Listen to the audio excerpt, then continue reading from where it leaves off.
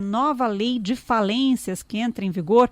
Nós estamos ao telefone com o advogado especialista em direito empresarial, Diego Marchiotti, está com a gente. Olá, muito boa tarde. Olá, Luciana, boa tarde. É um prazer falar contigo e com os ouvintes da CBN. A nova lei de falências já está em vigor. Quais as novidades que ela traz? Está sim, Luciana. A nova lei de recuperação judicial e falência está em vigor, tá?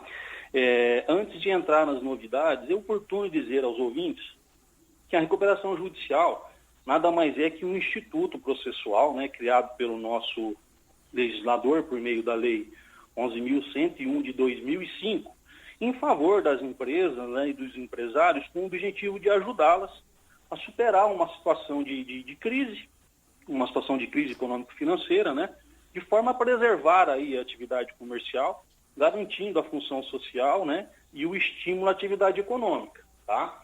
Então, a Lei 11.101 de 2005, ela veio em substituição à antiga concordata, tá?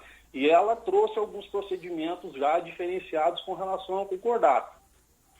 Entre esses procedimentos, né, os procedimentos de quem pode, às vezes, pedir um procedimento de recuperação judicial, ou às vezes até mesmo a falência, questão dos créditos, né, que seriam passíveis de discussão numa eventual RJ ou no processo falimentar, né? Quem pode pedir uma recuperação judicial ou então uma falência? A falência qualquer pessoa pode pedir, mas a recuperação judicial tem que ser um empresário ou empresário individual que ele esteja no mercado já há mais de 2 anos, que ele não tenha se submetido a nenhum tipo de procedimento de falência, né, não ter sido declarado falido aí nos últimos anos, né, não ter gozado também de um procedimento de recuperação judicial, né, no passado, e não ter sido condenado em eventuais crimes falimentares. Tá? Então, assim, que tipo de crédito que o empresário ele pode discutir quando ele entra com um pedido de recuperação judicial? São todos aqueles créditos do dia a dia. Um fornecedor, né, um banco, né, um crédito de natureza trabalhista, né? Então, todos esses créditos ele pode discutir numa eventual recuperação judicial, exceto créditos, né, que seja decorrente de alienação fiduciária, um arrendamento mercantil, contratos com reserva de domínio, né, e créditos fiscais. Aí entra, então, algumas novidades, né, trazido pela nova lei, né, dita nova lei da recuperação judicial e falência, que é a lei 14.112 de 2020, que ela trouxe algumas situações que foram inovadoras com relação à lei de 2005, tá? Entre essas novidades, nós temos a suspensão das execuções, né, ajuizadas contra o devedor e do devedor solidário de dívidas sujeitas ao procedimento de recuperação, né, coisas que antes, muitas vezes, o devedor tinha que pedir essa suspensão para o juiz, para que o juiz suspendesse, principalmente com relação ao devedor solidário, né, os efeitos aí da inadimplência ou da dívida, né, paralela ao procedimento da recuperação judicial, tá? Uma outra novidade, Luciana, muito importante, é a proibição de qualquer forma de retenção de bens do devedor. Então, muitas vezes, o empresário ele entrava com a recuperação judicial e acontecia dos credores reter por meio de uma busca em apreensão, um procedimento de sequestro, um procedimento de arresto, né? Ia lá e fazia essa constrição desse bem, muitas vezes essencial à atividade econômica do empresário, fazendo com que a empresa entrasse num procedimento de crise ainda mais agudo, tá? Então, esse seria um outro ponto muito importante com relação às novidades da nova lei de recuperação judicial e falência. Então, quer dizer que a proibição de retenção de bens do devedor durante a recuperação, durante aquele período de recuperação judicial, que dura quanto tempo exatamente? Na verdade, é um procedimento judicial, né? Existem processos judiciais aí que levam 10, 15, 20 anos, tá? Então, assim, não existe um prazo específico para que seja concluído um procedimento de recuperação judicial. E está aí uma nova novidade sendo redundante, com relação ao procedimento falimentar, tá? No procedimento falimentar, nós temos empresas aqui em Maringá que estão em processos de falência há muito tempo, né? 10, 15, 20 anos, conforme eu disse anteriormente. E agora, com a vigência da Lei 14.112, que a gente está discutindo, o administrador ele tem que encerrar um processo de falência de forma a liquidar os bens do devedor em favor dos seus credores num prazo máximo de 180 dias. Então, a nova legislação, ela trouxe uma certa celeridade no procedimento falimentar. Tá? Quem que é o administrador? O procedimento de recuperação, né, especificamente, não existe um prazo específico para a liquidação. Existem prazos para que a gente apresente um plano de recuperação, existem prazos para que seja realizado a assembleia de credores, né? Mas dentro desse procedimento todo, o devedor ele vai apresentar um plano de pagamento, que esse plano de pagamento tem que calhar junto com a necessidade econômica dele, para fins de satisfação dos credores. O senhor pode explicar para mim de novo isso que o senhor falou, que o administrador tem que resolver a situação, então, em 180 dias. Quem que é o administrador da recuperação judicial? Veja, quando o devedor ele ingressa com um pedido de recuperação judicial, o juízo ele nomeia um administrador. Esse administrador é uma pessoa de confiança do próprio juízo, uma pessoa idônea, que tenha conhecimento técnico acerca do que vai ser discutido, muitas vezes um economista, um contador ou até mesmo um advogado, que é quem vai estar gerindo esse processo de recuperação. O juiz ele fica ali na presidência, né, desse procedimento, como um todo,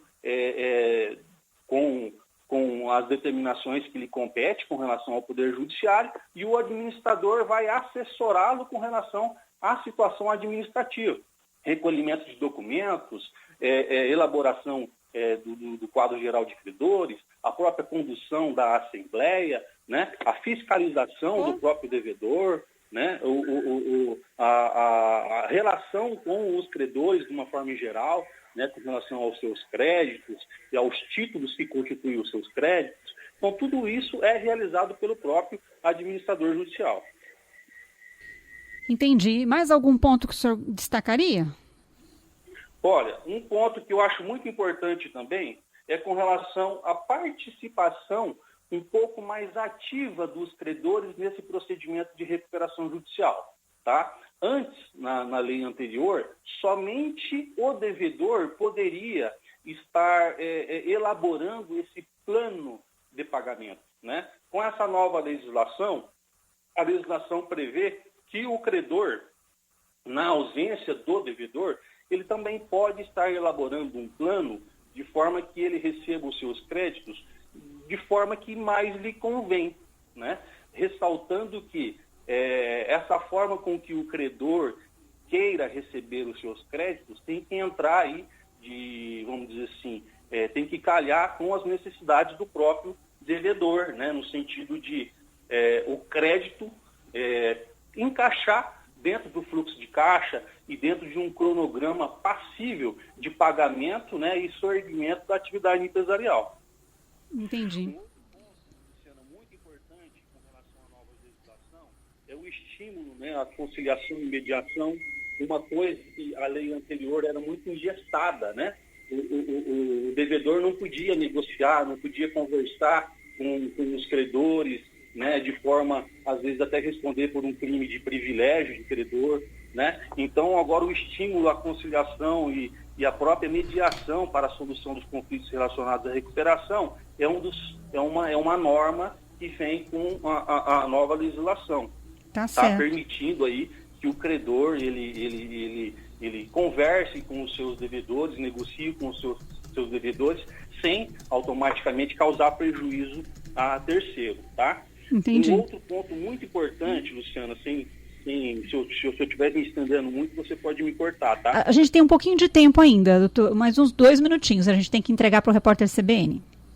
Tá, joia. São muitos pontos importantes, tá? Um outro ponto muito importante que nós temos é a possibilidade do devedor dentro do procedimento de recuperação judicial, né, celebrar um contrato de financiamento, né, de forma com que ele consiga recursos, né, para poder dar continuidade à sua atividade, né, à sua atividade empresarial, e automaticamente satisfazer os créditos dos credores, né, dando como garantia os bens próprios, bens da empresa, ou então bens até de terceiro. Tá? É possível que haja essa negociação agora, essa captação de recurso, né, ao longo do procedimento de recuperação judicial. Inclusive, com uma outra novidade, com a possibilidade de, no plano de pagamento, né, o devedor criar critérios diferentes para as pessoas, né, para as empresas, que mantiverem o seu relacionamento com a empresa em recuperação. Antigamente, Luciana, a empresa entrava com um procedimento de recuperação judicial, muitas vezes com o nome negativado, muitas vezes existia um preconceito com relação à empresa, e muita gente deixava de, às vezes, negociar com essa empresa propriamente dita. Então, hoje, é possível que as empresas que tenham créditos com a empresa em recuperação e que continuem a fornecer, que continuem a prestar o seu serviço em favor do devedor, em favor da empresa em recuperação, que tenha critérios de pagamentos diferenciados.